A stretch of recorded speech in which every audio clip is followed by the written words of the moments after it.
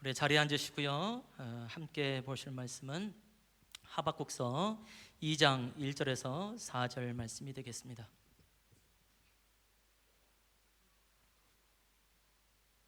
하박국 2장 1절에서 4절 말씀입니다. 우리 네 구절인데요.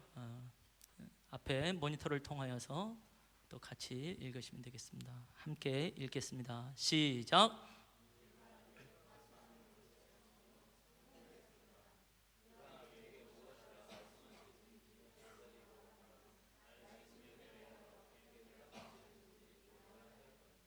여호와께서 내게 대답하여 이르시되 너는 이 묵시를 기록하여 판에 명백히 새기되 달려가면서도 읽을 수 있게 하라. 이 묵시는 정한 때가 있나니 그 종말이 속히 이르겠고 결코 거짓되지 아니하리라. 비록 더딜지라도 기다리라. 지체되지 않고 반드시 응하리라. 보라, 그의 마음은 교만하여 그 속에서 정직하지 못하나 의인은 그의 믿음으로 말미암아 살리라. 아멘. 어제는 이제 한 부부가 저를 좀 찾아왔어요. 지금 이제 백령도에 살고 있는 부부입니다. 그래서 백령도에 산지 이제 2주밖에 안 됐고요. 와이프가 먼저 갔고 이제 남편이 이제 그 9월 말이면 이제 가서 이제 살게 되어집니다. 한 분은 이제 해병대를 대상으로 하는 상담사로 가고요. 여자 집사님은, 그리고 남자 집사님은 이제 군청 직원이라서 그곳에서 이제 병령들을 섬기러 어떻게 보면 좀 자원함으로 이제 가는 것을 이제 보게 됩니다. 그래서 함께 이런저런 교제를 하면서 굉장히 마음이 좀 좋았어요. 하나님께서 가장 적당한 시기에 좀 위로하고 계시고 격려하고 계시다, 뭐 이런 생각을 참 많이 하게 되었습니다.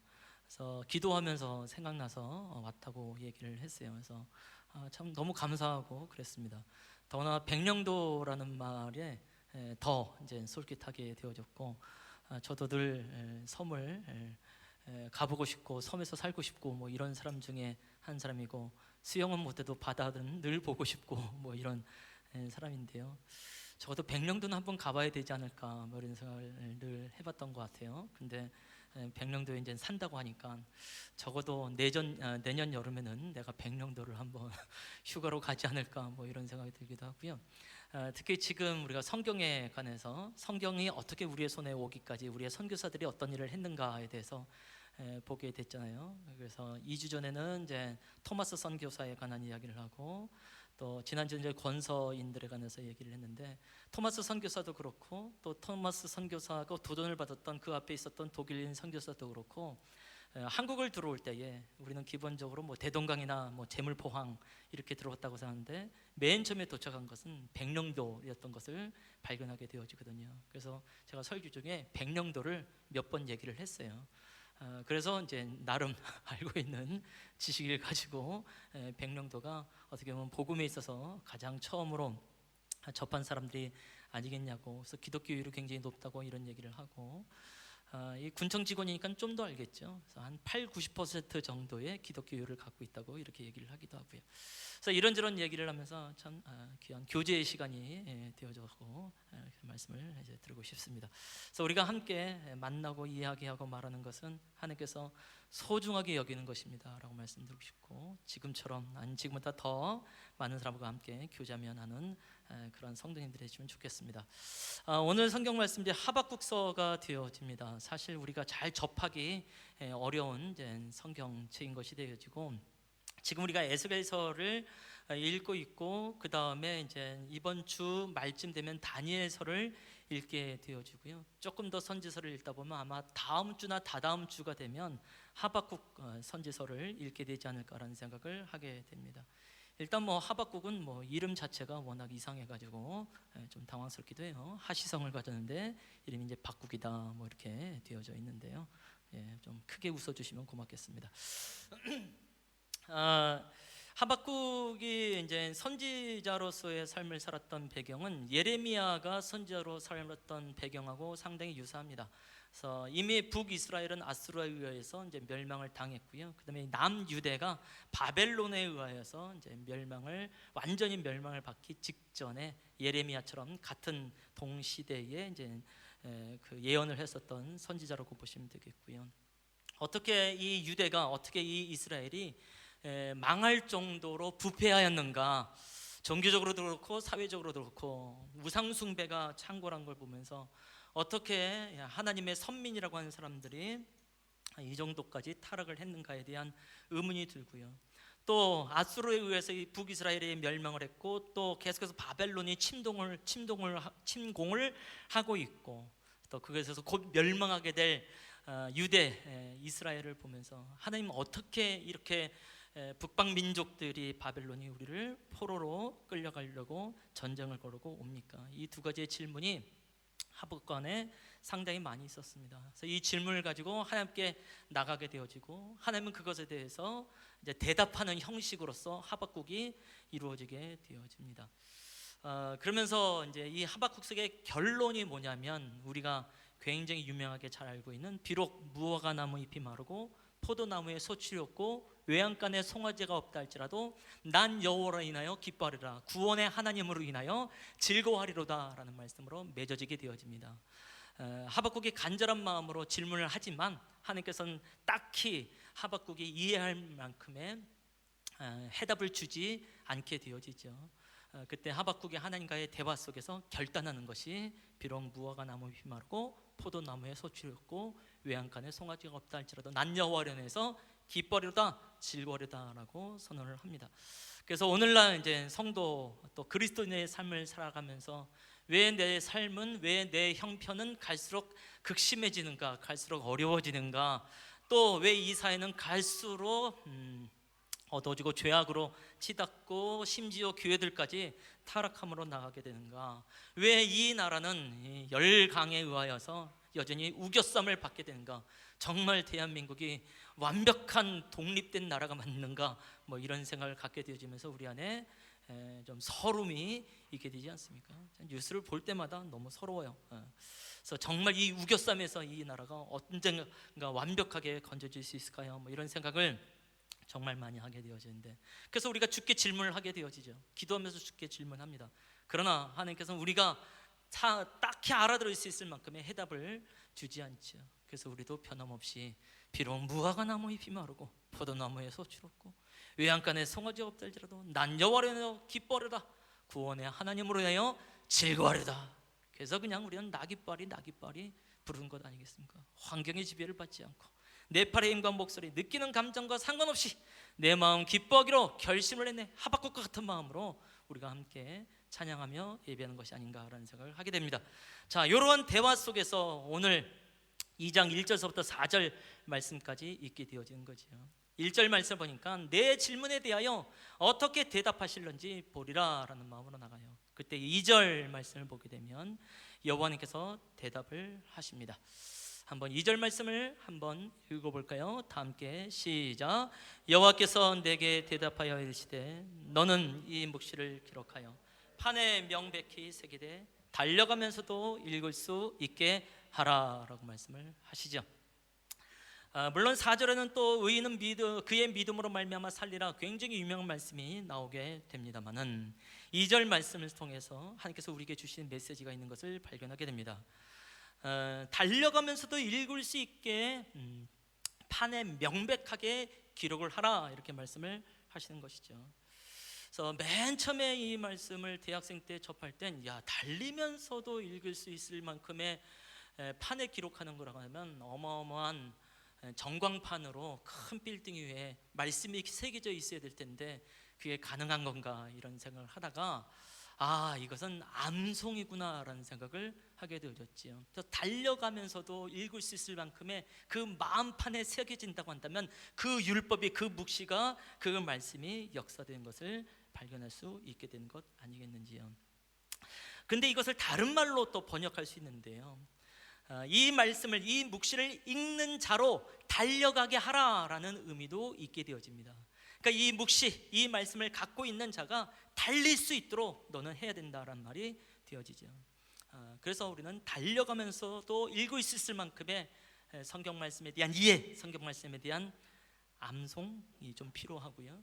그 다음에 그렇게 말씀을 갖고 있는 자가 이제 달려가면서 사람들에게 전달하기 시작할 때에 이 말씀의 의미가 무엇인지 알게 되어지고, 어찌 보면 지금까지 우리가 봤었던 우리의 믿음의 선배님들, 토마스 선교사님도 그렇고, 또 그와 함께 또 말씀을 번역하면서 그와 함께 달려갔던 서성윤 씨와 또 권서인들이 아마 이런 역할들을 하지 않았을까. 그래서 지난주에 말씀드릴 때 어떤 권서는 성경 말씀을 너무 많이 외워가지고 걸어다니는 성구사전이다 이렇게 표현을 하기도 했었는데요. 또 이들이 성경을 또 팔기도 하고 또 전도도 하면서 아무래도 이제 말씀도 암송하면서 그것을 전달하는 한 역할을 하게 되었겠죠. 그래서 그런 의미 속에서 오늘도 우리가 다시 한번 성경에 대해서, 말씀에 대해서 보는 시간이 되기를 원하는데요. 오늘 함께 좀 소개하고 싶은 그룹이 있습니다. 이제 롤라드라는 그룹인데요. 혹시 들어본 적이 있는지 모르겠습니다. 처음 들으시죠? 저도 롤라드의 존재를 알게 된 것은 아마 올 초가 아닐까라는 생각을 해보게 됩니다. 롤라드라고 하는 뜻은요, 중얼거리는 사람이란 뜻을 가지고 있습니다. 그리고 안타깝게도 독보섯이란 뜻도 가지고 있고요. 이 독보섯이라고 하는 것은 일종의 비아냥거림으로 하는 말과 같습니다. 하나의 사진이 있는데요. 이것은 뮤지컬의 한 장면입니다. 그 2017년도는 이제 종교개혁 500주년이 되는 해였습니다. 그래서 2017년도에 한국 기독교가 이제 다양한 행사들을 했었고요. 그 중에 한 단체에서 이제 더 북, 그 책이라는 의미가 되겠죠. 더 북이라는 제목을 가지고 함께 뮤지컬 공연이 있었습니다. 그래서 이 사람들의 오른쪽 손에 쥐어져 있는 것을 보면 그것은 성경책이 되어집니다. 바로 이 사람들이 이제 롤라드가 되어지고, 롤라드에 대해서 이제 뮤지컬로 표현한 것이 되어지는데요. 그러니까 결국은 중얼거리는 사람이라는 뜻은 뭐냐면 성경 말씀을 읽는 사람. 근데 그것이 중얼거림으로 계속해서 성경 말씀을 읽다 보니까 중얼거림으로 이해가 되어진 것인데, 그것에 대해서 반대하는 사람, 안타깝게도 성경을 읽는 사람들을 반대했던 사람은요, 난 크리스찬이 아닙니다.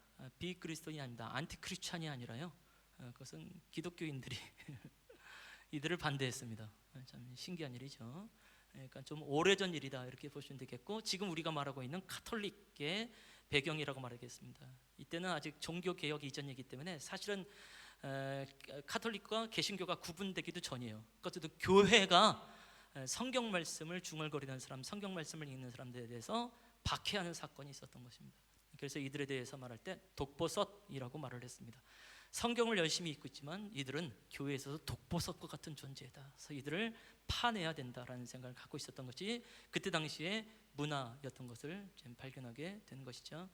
사실 종교개혁을 했을 때 개신교에 대해서 말할 때도 영어로는 프로테스탄트가 되어지고, 지금도 우리가 프로테스탄트라는 말을 쓰게 되어지는데요. 그것은 이제 반항자, 저항자라는 의미를 갖게 되어지죠. 물론 그것을 가지고 지금 우리는 끊임없이 교회는 개혁이 되어야 됩니다. 그래서 개혁의 의미를 말하지만 맨 처음에 사실은 이제 개신교라는 것은 저항자, 반항자라는 의미를 갖게 되어졌죠. 좀 비슷한 의미라고 보시면 되겠고, 그래서 카톨릭의 입장에서는 이제 비아냥거림으로 독보섯이라는 의미를 속에서 롤라드라는 표현을 쓰게 되어집니다. 이 롤라드 한번 보는 시간이 되었으면 좋겠는데요.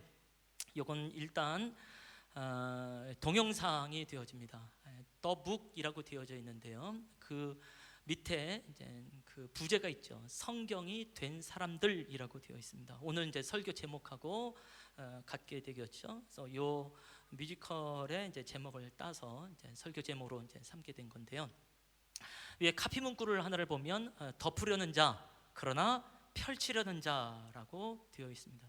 그러니까 누군가는 성경을 계속 덮으려고 하고 있고, 누군가는 계속해서 성경을 펼치려고 하는 일들이 있었고, 이런 갈등 속에서 그때 당시에 신앙생활이 있었고, 이것을 뮤지컬로 표현했다고 보시면 되겠죠.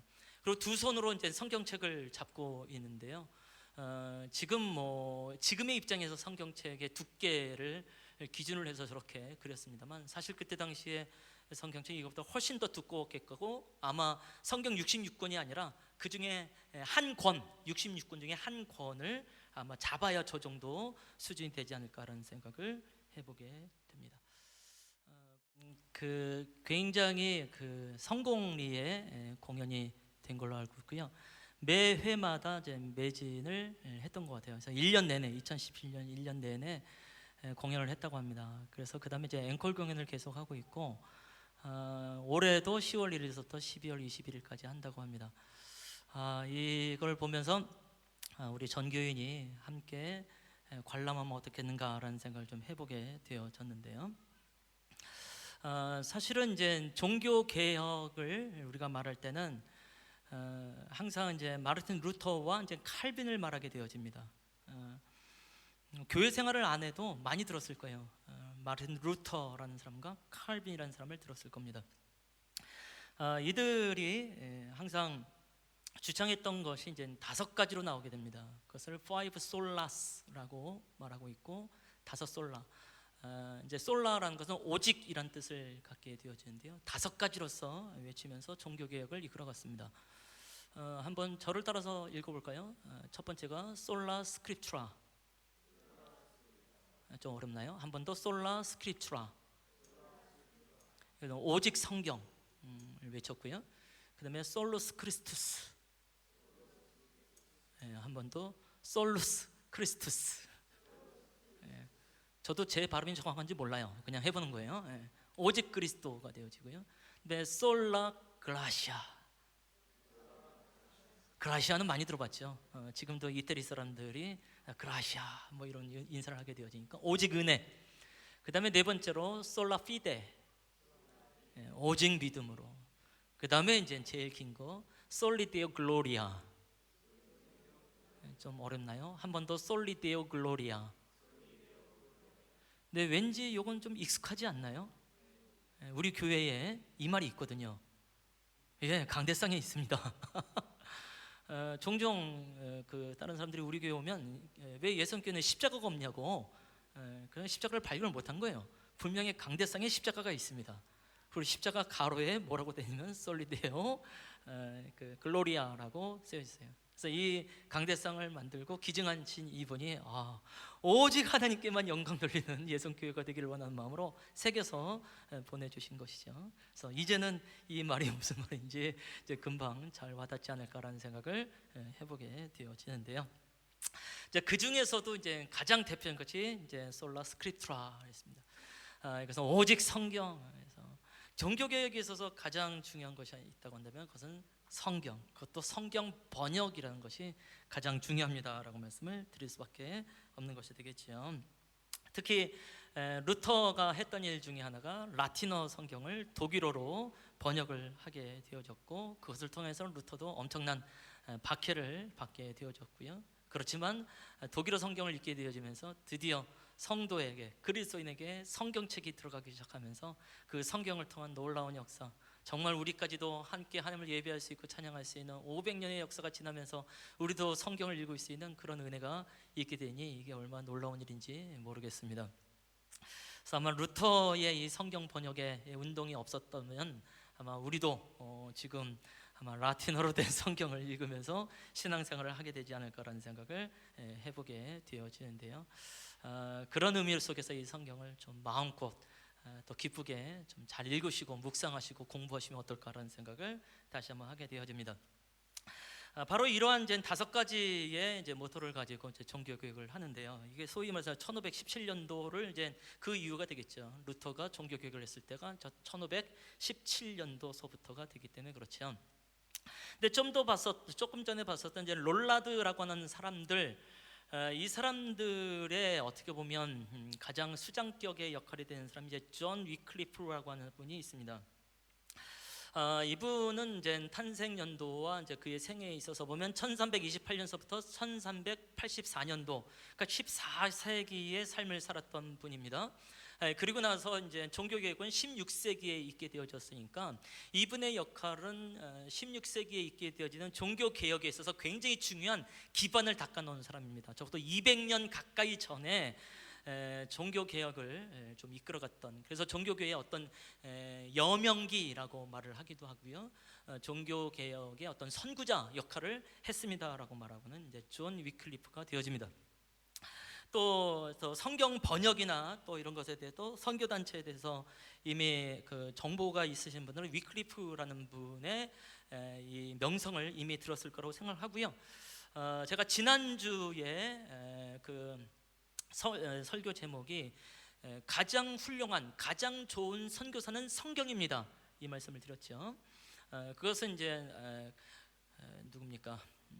갑자기 까먹었는데요. 타운젠트라고 하는 분, 카메론 타운젠트라고 하는 분이 1930년도에 과테말라에서 이제 선교사로 있으면서 그들의 부족어로서 성경을 전달하지 못하고 또 설교하지 못하게 되니까 부족민들이 도대체 전능하신 하나님이라고 하시는 분이 어떻게 우리의 언어도 모를 수 있겠습니까? 라는 충격을 받고 이제 성경 번역하는 일들을 하기 시작했지요. 그러면서 이제 이분이 말했던 것이 성경은 가장 훌륭한, 가장 좋은 선교사입니다 라고 말하게 되어졌고요. 이때 세웠던 단체 이름이 이제 WBT가 되어지는데, 그때 이제 BT라고 하는 것은 이제 바이블 트랜스레이터 이렇게 되겠죠. 근데 그 W가 뭐냐면 위클리프입니다. 그러니까 이미 이제 1300년도에 이 14세기에 위클리프라고 하는 사람이 최초로 이제 라틴어를 영어로서 이제 성경을 번역을 하거든요. 그래서 그 전통을 따라서 WBT라는 이름으로서 선교단체, 성경 번역회를 만들게 되어졌고, 한국 안에서 활동하는 분들은 이제 GBT라는 이름으로서 WBT 이제 산하에서 이제 사역을 하고 있고, 또 제가 종종 이제 사막에서 그 성경 번역하고 있는 선교사가 바로 이 소속에 있습니다라고 말씀을 다시 한번 드리고 싶고, 다시 한번 그 선교사는 빨리 우리 교회에 와서 설교를 했으면 좋겠다라고 다시 한번 강조를 해봅니다.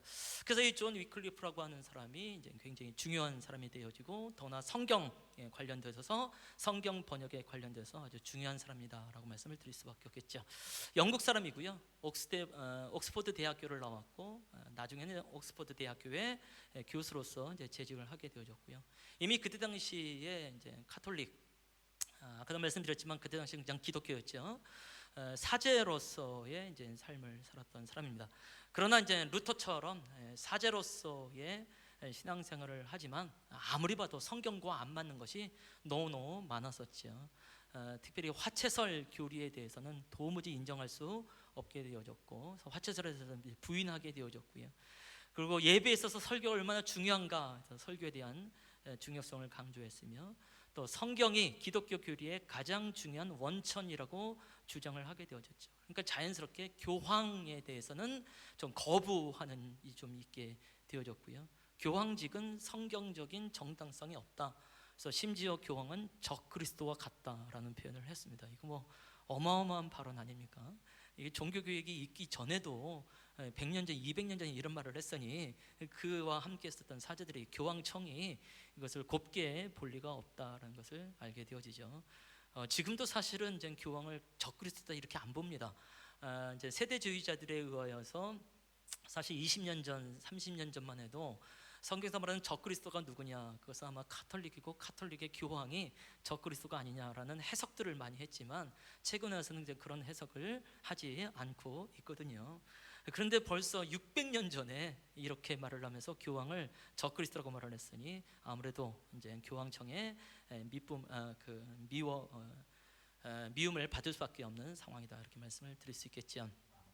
그래서 이제 여러 가지로 핍박과 어려움을 당하면서 그래도 성경이 가장 중요한 신앙의 원천인 줄 알아서 함께 이제 옥스퍼드 대학의 이제 동료 학자들을 중심으로 이제 모인 그룹 이름이 바로 이제 롤라드라는 그룹이 되겠습니다.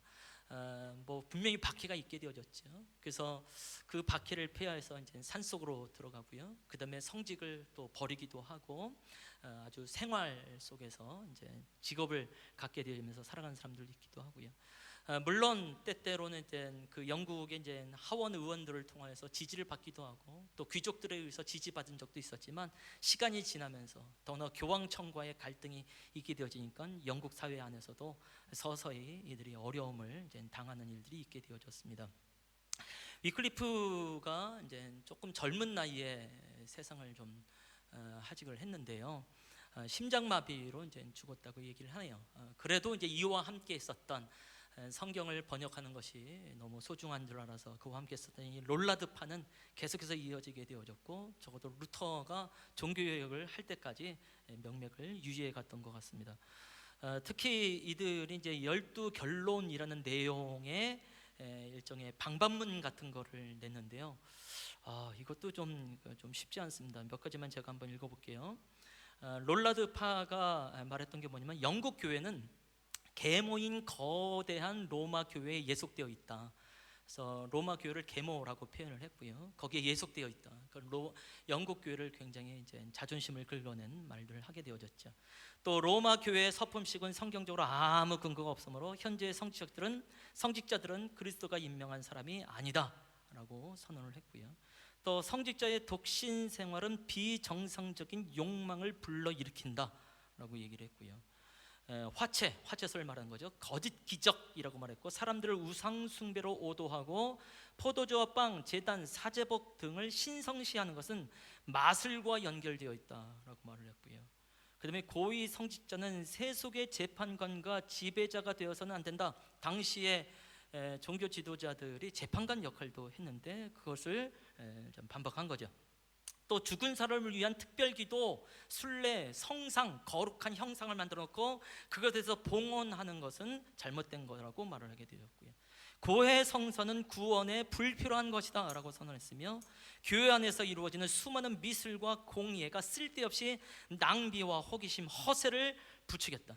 12개의 결론이라는 것을 말을 하면서 이런 내용을 썼으니 아까도 말씀드린 것처럼 위클리프와 크게 다르지 않게 교황청으로부터 말미암아 그때 당시에 종교인들에게 얼마나 큰 핍박을 받았겠습니까? 지금도 이 말을 개신교에서 하게 되어지면 카톨릭에서 난리가 나지 않겠습니까? 이런 일을 했어요.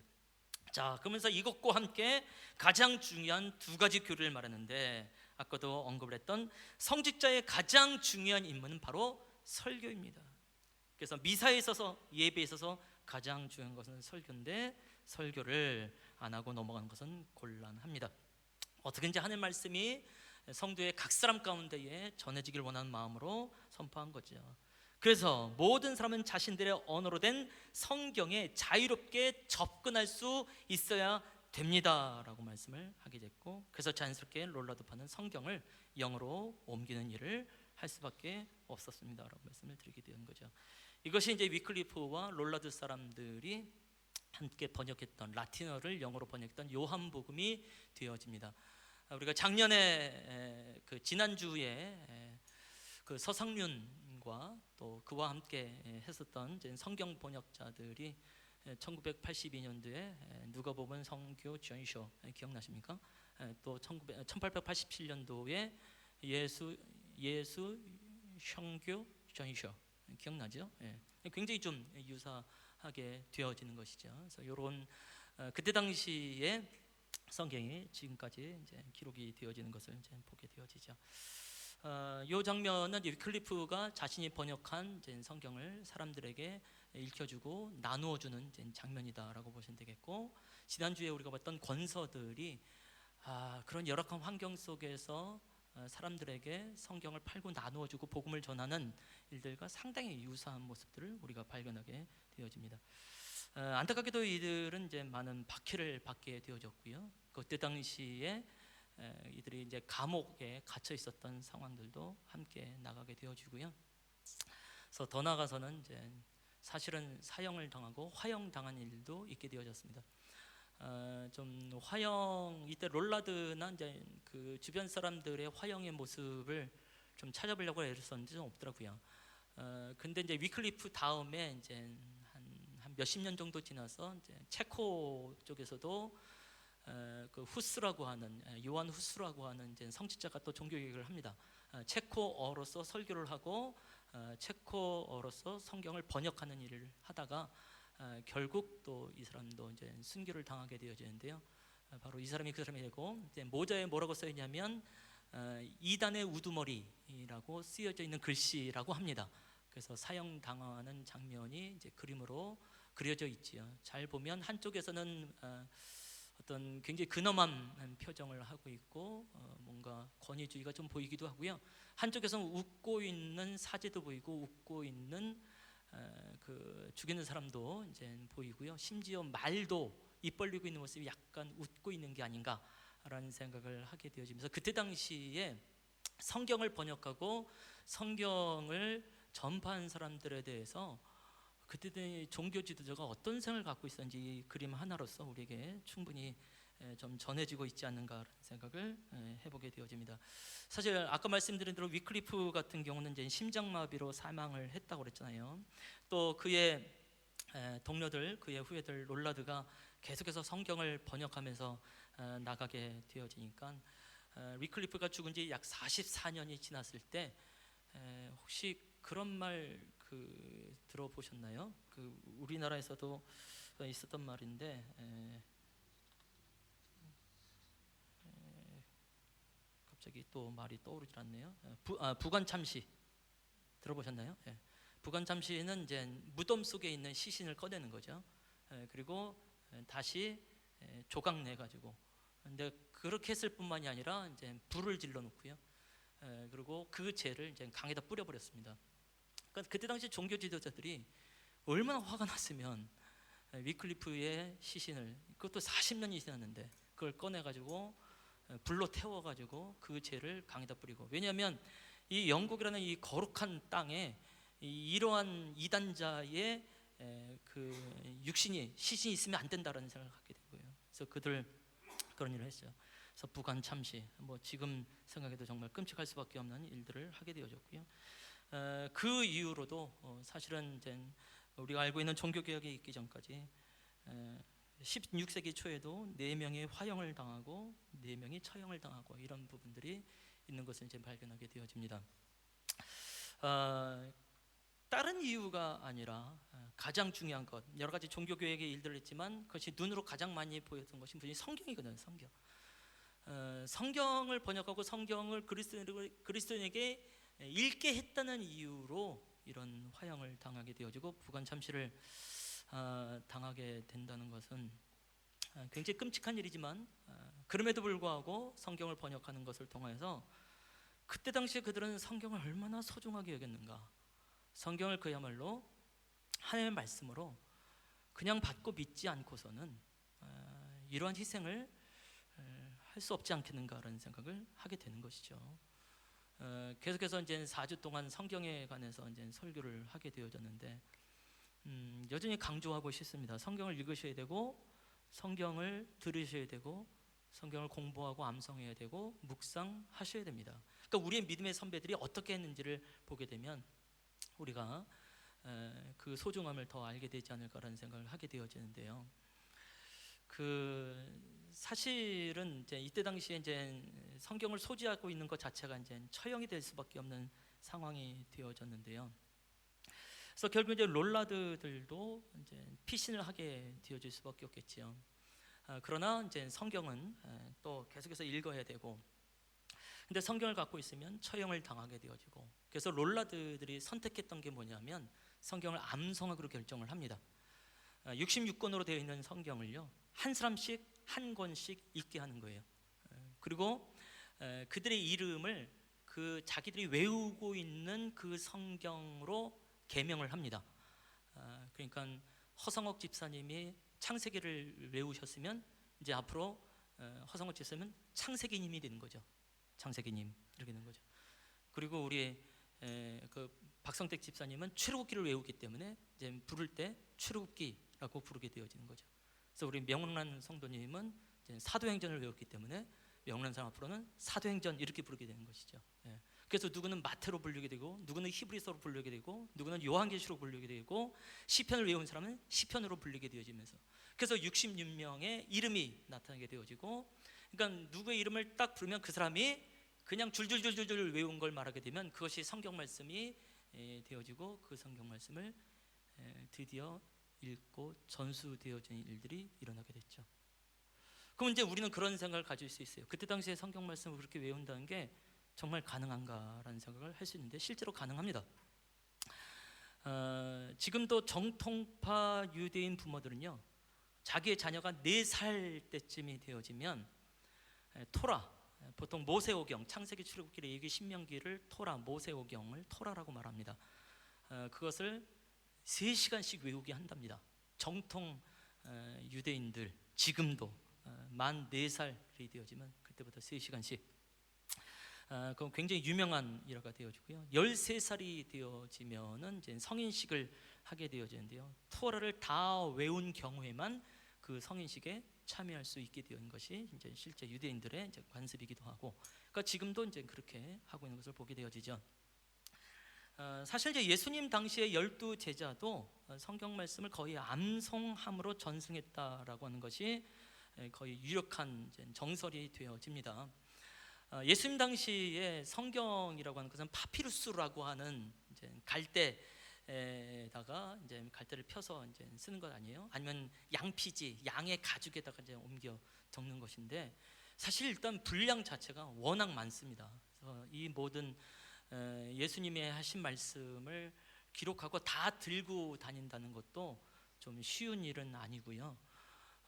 이미 그 중세 시대, 그럼 한 1000년 정도가 지났을 때인데요. 그때도 이제 가죽에다가 이제 성경을 기록을 해서 가지고 다니게 되어지는데, 이게 신구약 전체를 가지고 다니려면요, 마차 3분의 2 분량이라고 합니다. 그러니까 뭐 당연하지. 지금이야 인쇄술이 발달되어졌으니까 뭐 간단한 거지만, 지금서부터 뭐 한 1000년 전이 되어지면 중세 시대, 뭐 1000년 그때 당시에 보면 그런 상황이 되어지죠. 그러니까 당연히 비싸죠. 그래서 이제 그 학자들의 기록에 의하면 중세 시대 성경책 한 권은 지금 돈으로 하면 한 10만 달러 정도라고 말을 합니다. 그러니까 하나로 하면 1억 2천만 원 정도의 돈이 있어야 신구약 성경을 가질 수 있는 거예요. 그러니까 당시에 신구약 성경을 갖고 있다는 것은 뭐 완벽한 재벌이거나 아니면 어떤 종교 지도자들, 특정한 인들 외에는 있을 수 있는 일이 아니겠죠. 그러니 예수님 당시에도 이제 마찬가지가 되겠고, 그래서 당연히 예수님의 말씀을 외워서 이제 전승을 남길 수밖에 없게 되겠죠. 이제 그런 생각을 할 수 있습니다. 외우는 것을 통해서 혹시 잘못 외워서 가면 어떡한가? 우리 옛날에 이제 게임 같은 거 하면 앞에서 말한 게 맨 뒤까지 어떻게 제대로 전달되는가, 이런 거 좀 많이 해봤잖아요. 근데 전달이 안 되죠. 그건 개인이 외우기 때문에 안 되는 거고요. 사실은 공동체가 외우게 되어집니다. 12 제자가 외우게 되어지고 예루살렘 교회가 외우게 되어지고, 그렇게 되면 한 사람이 외운 것을 말하다가 중간에 틀렸으면 그것을 수정하는 사람이 나타나게 되겠죠. 그래서 개인의 암송이 아니라 공동체의 암송을 통해서 전승되는 것을 발견하게 되어집니다. 요즘 우리가 이제 바이블, 셀프 바이블 스터디를 하는 사람들 아니겠습니까? 그래서 첫 주에 이제 성경 목록을 읽는 노래를 가르쳐 줬어요. 근데 그것이 잘 되기도 하지만 잘 안 되기도 합니다. 제가 한번 불러볼까요? 마태, 마가, 누가, 요한, 사도행전, 로마, 고린도, 전후, 갈라디아, 에베소, 빌립보, 골로새, 이런 식으로 나오는 거예요. 그러니까 멈추고 딴 소리 할까봐 골로새 딱 나오는 거죠. 막상 나와서 해보세요. 더 헷갈립니다. 그러니까 이게 공동체가 암송을 하게 되면 이게 전승이 잘 되는 거죠. 그래서 지금은 기록 문화가 뛰어나고 저장 장치도 잘 되어 있으니까 기록을 한 것이 오랫동안 남습니다. 그것이 정확합니다 라고 말하지만 2000년도 당시에는 그게 남겨놓으면 이게 부패될 수도 있는 상황이 되어지고 잃어버릴 수도 있는 상황이 되어지고, 그럼 굉장히 곤란하게 되어지죠. 그것을 계속해서 필사를 손으로 써서 복사할 수 있는 상황도 아니게 되어지고, 그래서 암송하게 되어지죠. 지금도 성경을 암송하는 한 학교가 있습니다. Word by Heart라고 하는 이제 학교인데요. 3개월 동안 요한복음을 암송하는 학교입니다. 그래서 그 암송을 통해서 하나님께서 말씀하신 것이 무엇인지 깨닫게 되어지고 그것을 선포하는 학교가 있게 되어지고요. 제가 몇 년 전일까요? 광주에 있는 한 학교, 대안학교를 간 적이 있었는데, 이 학교는 이제 기본적으로 잠언 캠프라는 것을 해야만 들어갈 수 있습니다. 잠언 캠프가 2주 동안 이루어지는데 2주 동안 잠언서를 외우는 거예요. 거기엔 초등학교, 중학교, 고등학생들이 참여를 합니다. 외웁니다. 놀랍습니다. 물론 외우는 장면을 제가 직접 본 건 아닌데 이 모든 걸 통과해야만이 이 학교에 올 수 있다는 거예요. 그러면서 이 학교는 계속해서 성경 전체를 외우는 일을 하고 있고요.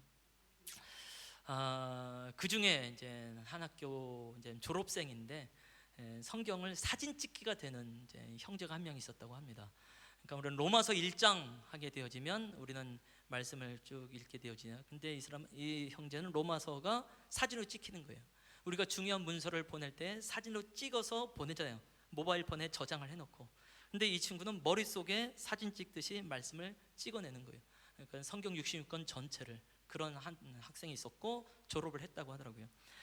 제가 갔을 때 만났었던 친구는 이제 고3 남학생이었는데요. 얘는 이제 그 머릿속에서 성구 검색이 된 애랍니다. 그래서 사랑이란 단어를 말하면 사랑이란 단어가 성경 66권에서 어디서 나오는지 줄줄이 말하는 거예요. 성경을 다 외우다 보니까 그런 사람을 눈앞에 보게 되어지니 야, 이거 성경을 외우는 게 가능하구나라는 생각을 하게 되어지는 것이죠. 그리고 중국에 갔을 때도요, 이제 북경에 있는 한 신학교였었는데, 뭐 한국인 교장 선생님이 신학교를 운영하시는데 이분도 복음에 엄청나게 열정적인 분이십니다.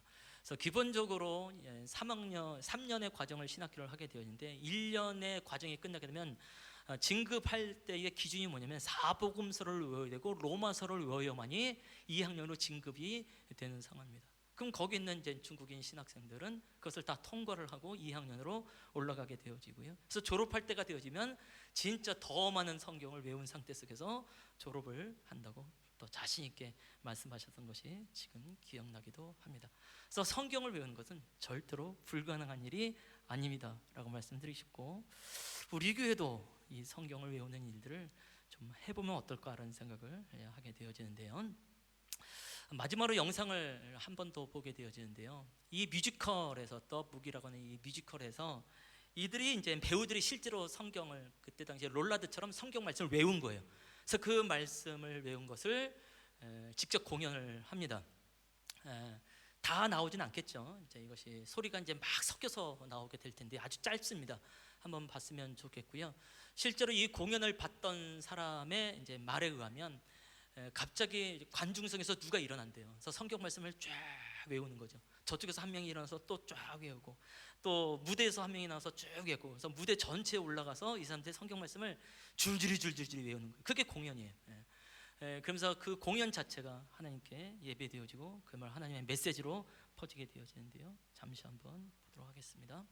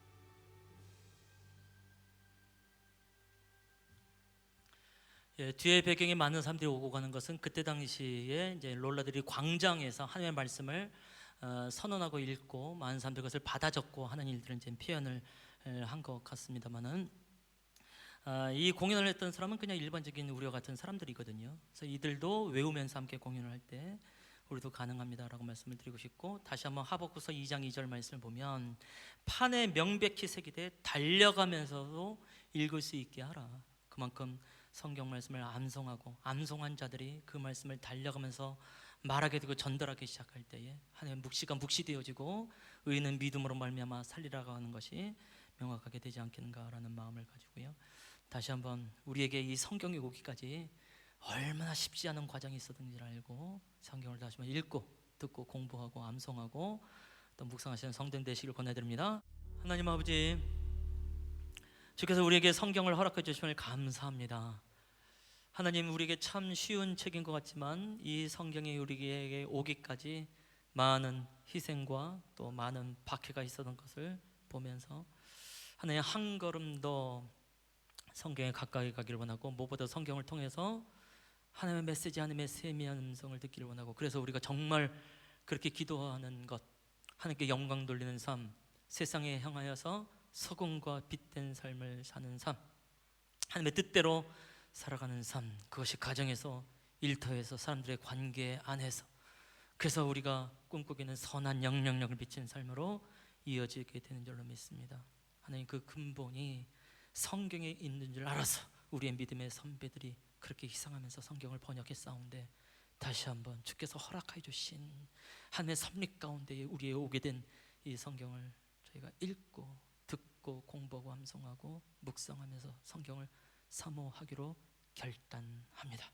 지금은 우리 주 예수 그리스도의 은혜와 아버지 하나님의 사랑과 성령의 교통, 그 사귐의 은총이 우리가 롤라드처럼 권서들처럼 하나님의 말씀을, 성경을 사모함으로 읽고 공부하기로 결단하는 우리 성도들, 또 성도들의 가정과 일터와 이 나라와 민족과 케냐 땅 위에 이제로부터 영원토록 함께 있을지어다. 아멘.